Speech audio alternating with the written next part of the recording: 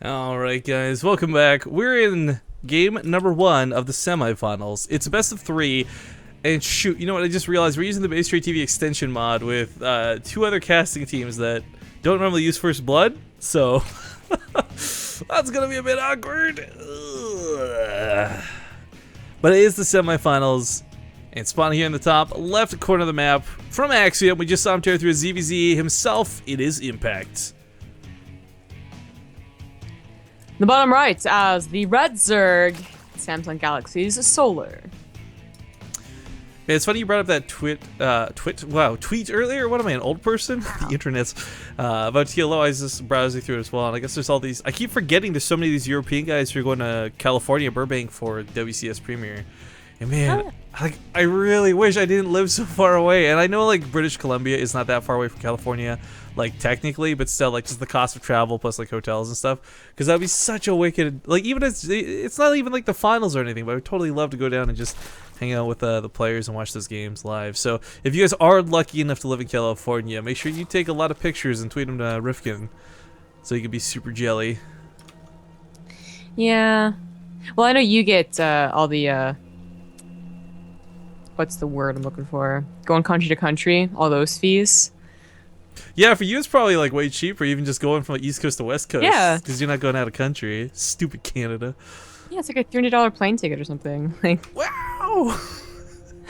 You'd think it would be based off the cost of fuel or something, not like the BS around travel. Yeah. Well, yeah, I agree. Like the BS that I had to deal with going to Toronto was messed up, man. So many taxes. But at least you got free apple chips on the plane. Apple chips. Yeah, Toronto is man, I really wish I could sleep on, like even on buses I have trouble sleeping and stuff. It's just, I don't know what it is, but long travels.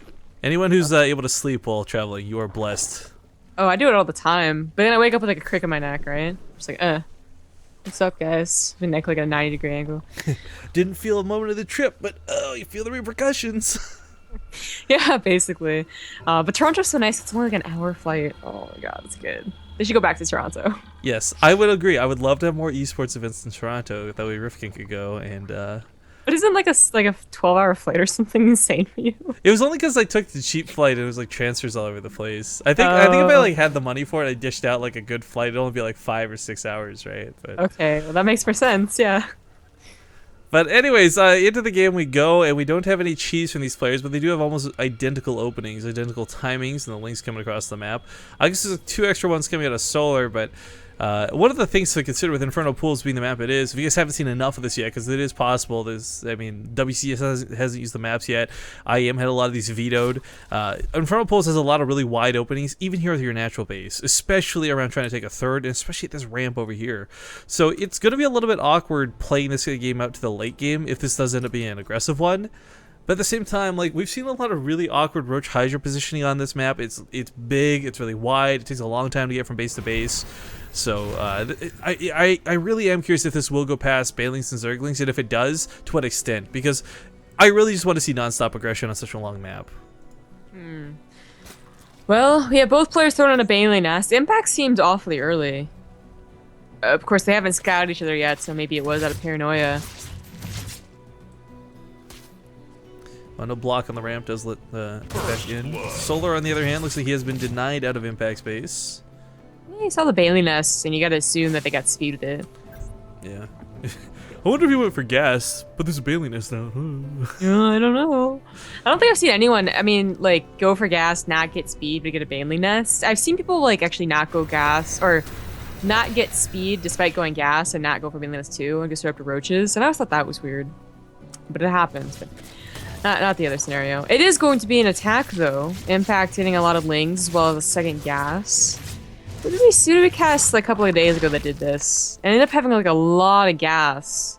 And just like not doing so hot in the mid game. God, who was it? It was a European qualifier, oh whatever. European group, I guess. Who cares about the Europeans? Pish punch. Exactly. No. Well, I'm like actually really main jelly. Audience. You got the really good group of like Zarya, Nurture Betrayus, and Zanster, right? Like I didn't get to watch those games, but super jelly. They were okay. Oh! Good Baneling connect to start this, and the Queen's going to focus on the remaining 2 and take no damage from it. Impact's attack could not have gone worse. Yeah. And the, you know, the follow-up attack is not really close either. I mean, there it comes now, and it's like, we're waiting. We're waiting. Yeah, this is one of the hardships of losing that Overlord. Like, this is the supply cost and the actual, you know, mineral investment, but without that high ground vision, he had no idea what he was walking into. And that was just, oh, painful, to say the least. That's why you always set a ling ahead, guys and girls. Still trying to dodge those Banelings with his lings, though. Does segment a couple off to the side. Meanwhile, Banelings are starting to whittle their way through. They're not getting great trades. Impact's attack really has been lackluster. He hasn't even killed a Queen yet. Yeah, I don't think this is gonna work, Impact, but he's not stopping. They've committed this much to it already. You kind of have to do some sort of damage. It is really hard to just say, like, well, nope, drone time. But, like, you know, Solar made so many Banelings and a Spine Crawler. Imagine if the last 2 attacks didn't happen. Ooh. He failed the attack, he made some more Lings, but no more Banelings. And just drone behind it. He might have like been at least very close in drones, but he's still going on. He's still trying to trade out with the Banelings that Solar has. It's starting to go better for Impact, though. It's still not exactly amazing trades. In fact, it's awkward to say the most, but it's getting better. Connecting to Lings, he killed a Queen. Spine Crawler's up, though, so defense gets harder to deal with, but I guess he has lost a lot of that momentum. Yeah, just the amount of time it takes to get across the map. Yikes. Spire's on the way for Solar. Yeah, kind of a clock on the Banelings doing more damage, but it's also so much gas gets saved for that. Impact might just continue with this and not even try and transition out of it. And if that's the case, he might catch Solar when he invests, you know, the 600 minerals and 600 gas plus into those mutas. There's 2 Spine Crawlers. I just can't see. Yeah. I can't see Impact doing anything.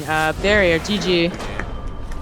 Yeah, the drone count was pretty low towards the end of that, too. That was just going to be rough. Great defense out of Solar, though.